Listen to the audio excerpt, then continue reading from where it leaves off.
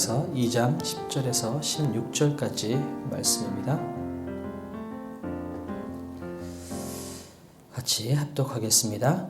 우리는 한 아버지를 가지지 아니하였느냐? 한 하나님께서 지으신 바가 아니냐?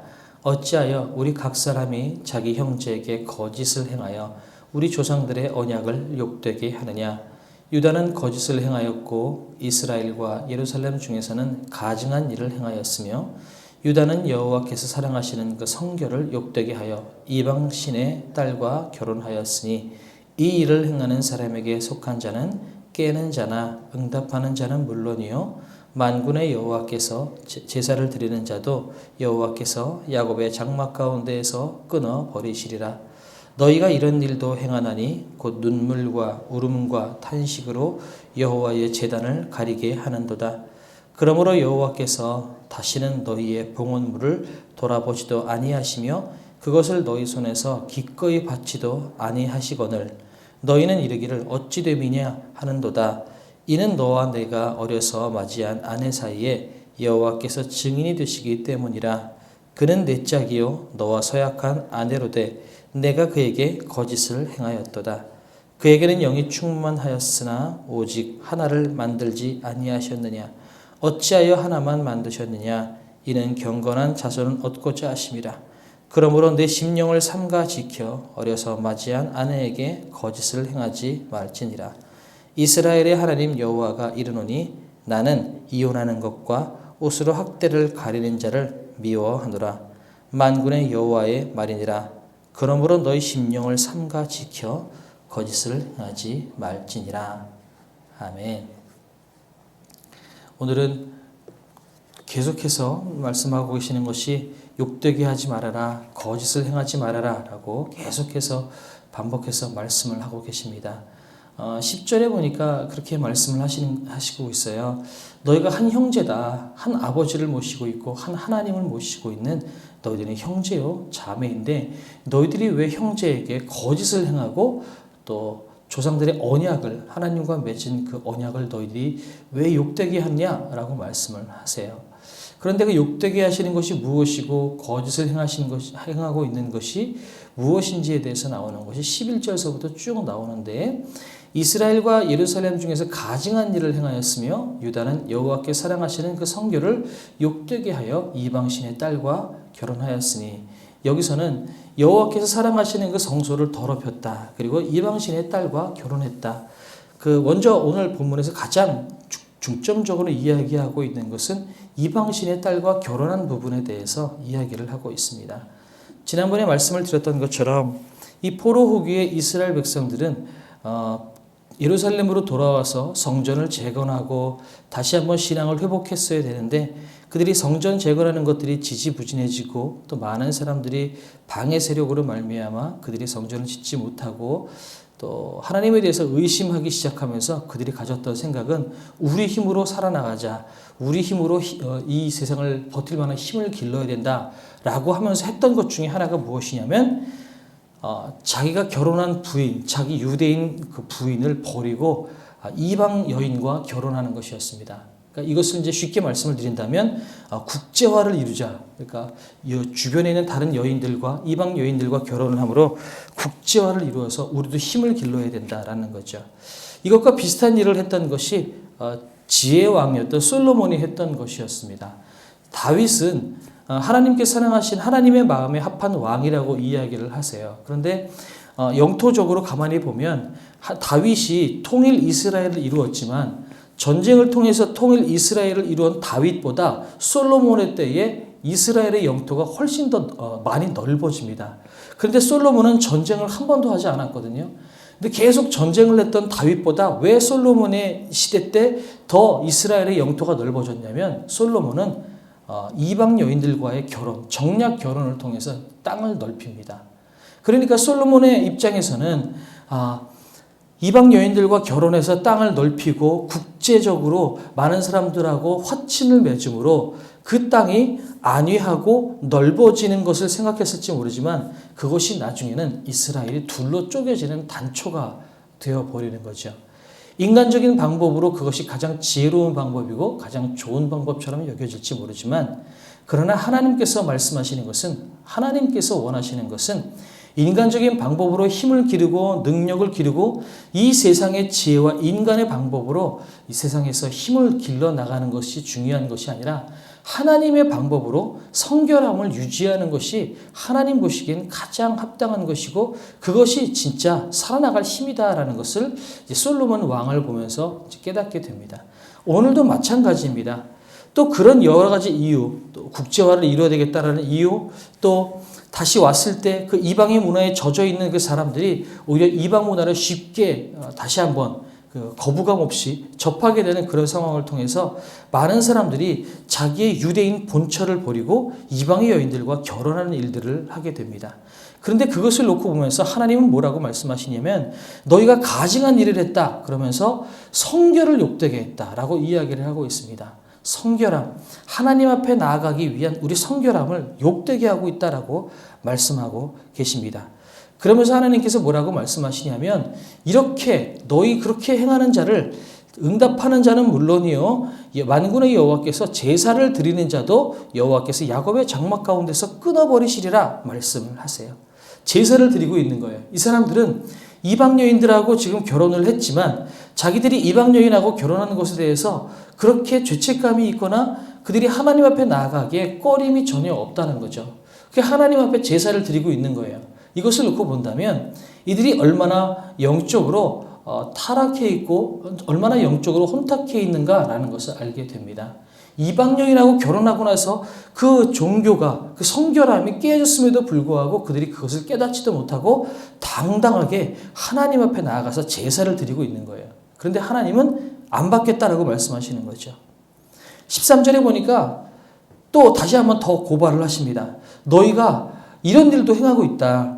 눈물과 울음과 탄식으로 여호와의 제단을 가리게 하는도다. 너희 여인들을 내쫓아내고 너희 그 여인들을 눈물을 흘리게 하고 그렇게 너희 그 동족들을 너 한 형제요 한 자매를 한 아버지를 하나님을 모시고 있는 한 가족을 너희들이 아프게 하고 있다. 그러면서도 다시 너희의 봉헌물을 돌아보지도 그러면서 그 제단을 너희들이 가리고 있다. 그래서 여호와께서 너희의 봉헌물을 돌아보지도 않겠다. 너희 손에서 기꺼이 받지도 않겠다.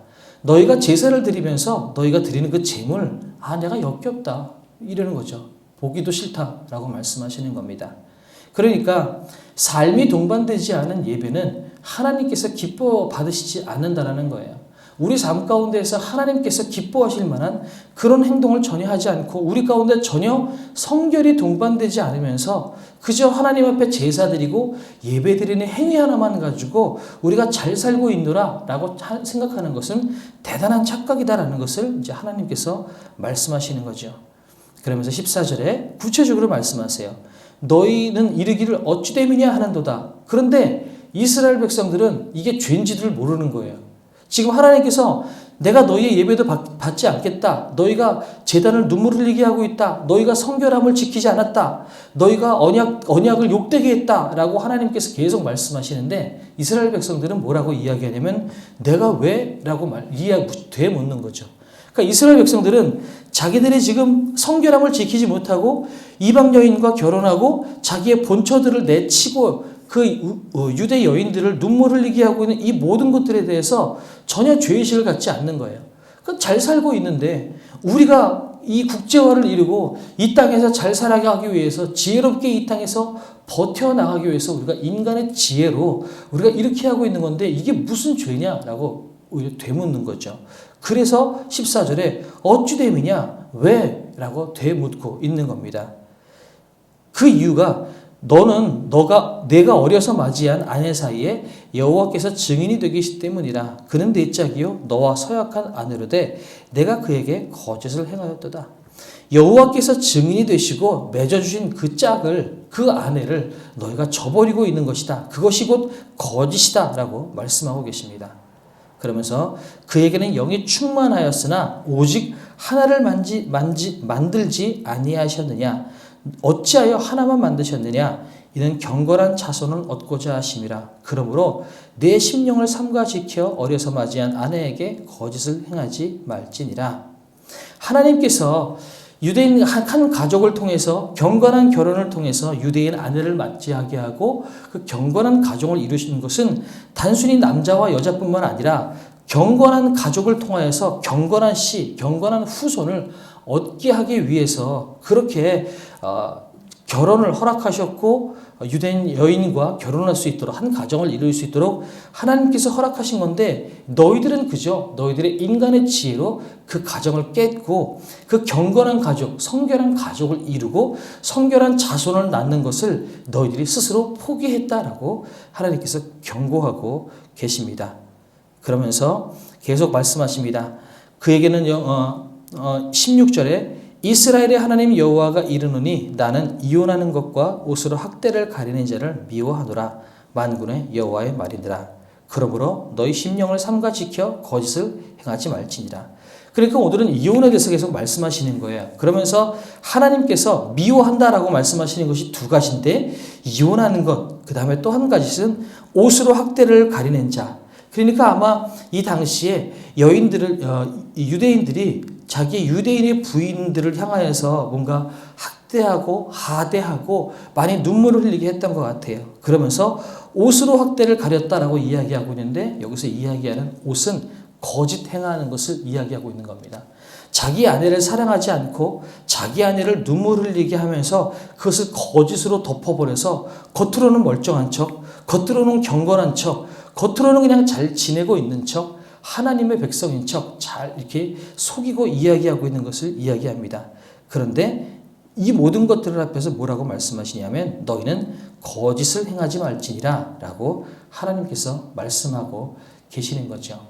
그래서 오늘 이 본문을 통해서 이스라엘 백성들을 향해서 고발하시는 것들을 보면서 우리에게 좀 도전을 주는 것은 뭐냐면 우리가 혹시 성결보다 앞선 인간의 지혜로 이 세상을 살아나가려고 하는 것이 있는가 하는 것입니다. 때로는 이 세상의 가치관을 따라 살아가다 보면 하나님께서 이렇게 살아라 라고 하는 그 하나님의 명령이 때로는 바보같이 여겨질 때가 있습니다. 그것보다 내가 이 세상을 살아나가는 지혜는 이 성경의 말씀보다 오히려 내가 더 잘 알고 이 세상을 살아가는 어떻게 살아가야 이 세상에서 잘 살아갈 수 있는지는 어쩌면 내가 더 잘 아는 것처럼 보일 때가 너무나도 많다는 거죠. 어떻게 이 유대인하고 결혼하면서 이렇게 살 수 있습니까? 더 능력 있고 더 이 세상에서 잘 살아갈 만한 이방 여인들, 그 사람들하고 결혼하는 게 더 잘 살 수 있고 더 유대인으로서 힘을 기를 수 있는 방법입니다. 이렇게 생각할 수도 있었다라는 거죠. 그런데 하나님께서 말씀하시는 그 성결의 약속과 또한 우리가 이 세상을 살아가는 인간의 지혜 사이에서 우리는 우리의 생각, 우리의 판단을 가지고 세상을 살아나갈 때가 너무나도 많이 있는데 그것이 어떤 때는 하나님께서 우리에게 말씀하신 성결함, 거룩함을 포기하는 일들이 너무나도 많이 있다라는 것입니다. 성경의 지식대로 우리가 살아가려고 하면 바보같이 여겨질 때가 너무나도 많이 있죠. 어떻게 일주일에 하루를 내놓고 온전히 하나님께 예배를 드리며 살겠습니까? 어떻게 성경대로 살아갑니까? 세상의 기준대로 때로는 좀 타협도 좀 하고 적당하게 맞춰가면서 살아야 이 세상에서 진급도 잘하고 힘도 기를 수 있고 인정받을 수 있지. 어떻게 성경에서 이야기하는 대로 그렇게 살아가면서 어떻게 이 세상에서 내가 힘을 기르면서 살아나갈 수 있습니까? 그 바보 같은 행동입니다. 이렇게 생각할 수도 있을 것 같습니다. 그런데 하나님께서는 그것을 거짓을 행하지 말라라고 말씀하시면서 그렇게 행하면서 너희들이 성결함을 지킬 수 있을 것 같으냐? 아니다. 그 방법은 바보 같은 짓이다라고 오히려 하나님께서 우리에게 경고하시고 계시는 겁니다.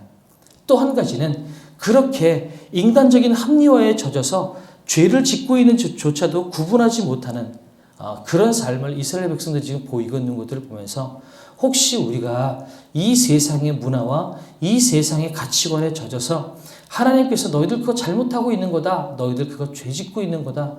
라고 말씀하실 때에 아니 이게 무슨 죄입니까? 내가 잘 살고 있는 건데 이게 뭐 잘못하고 있는 겁니까? 라고 혹시 죄악조차 깨닫지 못하는 그런 둔감함이 혹시 우리 가운데 있지는 않은지 그런 생각을 해보게 됩니다. 그래서 특별히 오늘은 계속 그 일들을 가정을 통해서 이루는 거룩함, 가정 안에서 이루어지는 성결함에 대해서 주님께서 말씀하시고 가정에서부터 출발한 것을 통해서 하나님께서 내가 너희 예배를 받지도 않겠다라고 말씀하십니다. 그러니 성결함의 출발은 가정 안에서부터 이루어진다라는 것을 생각을 하게 됩니다. 우리가 가정 안에서 먼저 성결함을 이루는 것, 이것이 얼마나 중요한지를 깨닫게 되는 거죠. 어저께 저는 또 어제 강의를 하루 종일 들었는데 여러 가지 강의 중에서 오늘 본문과 연관돼서 기억에 남는 것 중에 하나는 교회라는 이 대그룹이 성장하기 위해서는 한 사람 한 사람이 먼저 성장해야 된다는 거죠. 그러기 위해서는 한 사람, 그 다음에 가정이 먼저 회복되고 가정이 제대로 하나님 앞에 건강하게 서야 결국은 공동체가 바로 서고 교회가 바로 선다라는 그런 이야기를 하더라고요. 아무리 우리가 신앙생활을 잘 한다고 해도 대부분의 많은 그리스도인들은 일주일에 한 번 정도 교회에 나옵니다. 물론 신앙생활을 잘 하시는 분들은 새벽 기도도 이렇게 나오실 수 있고 수요 예배, 금요 심야 많은 예배를 나오실 수 있겠지만 그러나 참 많은 성도님들은 일주일에 한 번 나옵니다. 그런데 일주일에 한 번, 1시간 드리는 그 예배를 가지고 어떻게 일주일의 그 모든 삶을 하나님 앞에 거룩성을 유지하면서 살아갈 수 있겠어요? 더더군다나 어떻게 우리의 자녀들이 신앙 안에서 바로 자랄 수 있을 것이라고 우리가 생각할 수 있겠어요? 우리의 자녀들, 우리의 가족들이 신앙 안에서 바로 설 수 있으려면 그들을 가정 안에서 먼저 거룩함과 성결함을 교육하고 그것들을 본을 보여야 된다는 이야기를 어저께 하더라고요.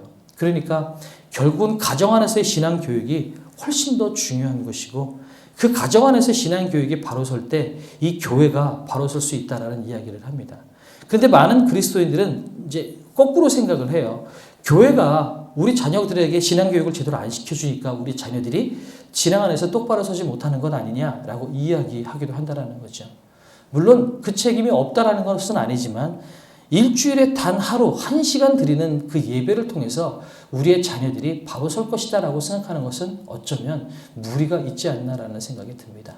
일주일에 그 수많은 시간들을 우리는 가정 안에서 부모를 바라보면서 자라고 선생님을 바라보면서 자라가고 있는 가정 안에 있는 그 어린 영혼들이 누구를 보면서 하나님을 찾게 될 것이고 누구를 통해서 거룩함이 무엇이고 성결함이 무엇인지를 깨닫겠어요.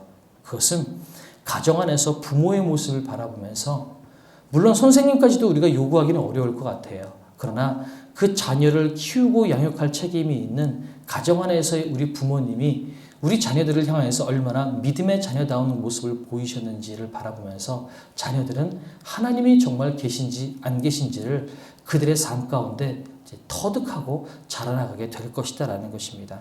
그래서 먼저 가정 안에서 하나님을 바로 세우고 하나님의 거룩함을 먼저 유지하는 훈련을 하고 또한 그것들이 나왔을 때 교회가 건강해지고 세상이 건강해진다. 이런 얘기들을 어저께 잠깐 하시더라고요. 저는 그 말씀에 어느 정도 동의를 했어요. 우리들을 바라보면 그렇죠. 어쩌면 우리 자녀들이 하나님이 없는 것처럼 살아가고 하나님께서 중요하게 여겨지지 않는 존재가 되셨다면 그것은 어쩌면 우리가 가정 안에서 하나님을 그렇게 대했기 때문이 아닐까라는 생각이 드는 거예요. 어려움이 있을 때 내가 기도하고 하나님의 방법으로 문제를 해결하기보다 세상 사람들하고 똑같이 안달하고 세상 사람들하고 똑같이 걱정, 염려, 근심하고 인간적인 방법으로 문제를 해결하려고 하고 그리고선 그냥 주일날 교회 나와서 예배 드리는 모습을 자녀들이 바라보면서 과연 우리 부모님에게 있는 하나님이 어떤 분일까? 또 내가 믿어야 될 하나님은 어떤 분일까? 이렇게 고민하지 않겠어요? 그래서 우리가 먼저 가정 안에서 성결함을 지키고 하나님께서 우리에게 약속하신 그 거룩한 약속들을 잘 지켜나가야 되겠다. 우리가 그렇지 못한 부분에 대해서 하나님 앞에 회개하고 다시 한번 내가 이 세상을 살아나가는 방법 안에서 하나님의 방법으로 이 세상을 살아나갈 수 있는 우리가 될 수 있으면 좋을 것 같다라는 생각이 듭니다. 우리 주기도문으로 예배를 마치고 기도할 때 오늘은 좀 이렇게 기도하시면 좋을 것 같아요. 하나님 혹시 내가 우리 가정 안에서 성결함을 지키고 있는지 내가 가정 안에서 내 자녀들이 우리 가족들이 나를 바라볼 때 과연 내가 하나님을 믿는 자처럼 보이는지 그렇지 못했다면 하나님 용서하시고 하나님을 믿는 자처럼 내 삶을 보고 하나님의 존재를 사람들이 볼 수 있도록 우리 자녀들이 볼 수 있도록 도와주시옵소서. 우리 그렇게 기도하면 좋을 것 같습니다. 특별히 지금 이제 우리 전도 대상자를 놓고 좀 기도하자고 그랬는데 우리 박선자 권사님 많은 분들이 아직은 이제 안 내셨어요. 또 한편으로는 여러 가지 바쁜 일이나 시간을 놓쳐서 전도 대상자에 대해서 생각을 아직 못 내실 수도 있겠다라는 생각이 들지만 또 한편으로는 이게 영혼에 대한 관심 자체가 없는 분이 있을 수 있겠다라는 생각이 드는 거예요. 그래서 하나 예수님을 믿는다는 것이 내가 예수님을 믿고 우리 가족들이 예수 그리스도를 믿지 않는 것에 대해서 그렇게 부담감이 없구나. 그런 분들도 있을 수 있겠다라는 생각이 들었어요. 그래서 영혼에 대한 이런 마음이 아직도 없고 또 하나님을 믿는다는 것이 무엇인지 믿지 않는다는 것에 대한 그 처절함이 무엇인지 아직 모르는 분이 계시다면 우리가 좀 이 부분들을 위해서 더 넣고 기도해야 되겠구나라는 생각이 들고 우리가 프로그램을 잘하는 것도 중요하지만 우리가 영혼에 대한 그 갈급함 영혼의 소중함이 무엇인지를 먼저 깨닫는 것이 훨씬 더 중요하겠다라는 생각이 듭니다. 그래서 이번 금요 심야 때 우리 전도간증 집회 때 또 우리 모든 성도님들이 한 영혼도 빠짐없이 다 나와서 좀 들었으면 좋겠고요.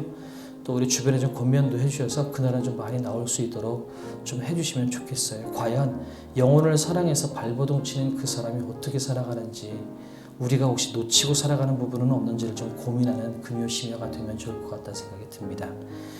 기도하겠습니다. 하늘에 계신 우리 아버지여 이름이 거룩히 여김을 받으시오며 나라에 임하옵시며 뜻이 하늘에서 이룬 것 같이 땅에서도 이루어지이다. 오늘날 우리에게 일용할 양식을 주옵시고 우리가 우리에게 죄 지은 자를 사하여 준 것 같이 우리의 죄를 사하여 주옵시고 우리를 시험에 들게 하지 마옵시고 다만 악에서 구하옵소서. 대개 나라와 권세와 영광이 아버지께 영원히 있사옵나이다. 아멘. 우리 자 이렇게 기도하시다가 돌아가시면 되겠습니다. 기도하시겠습니다.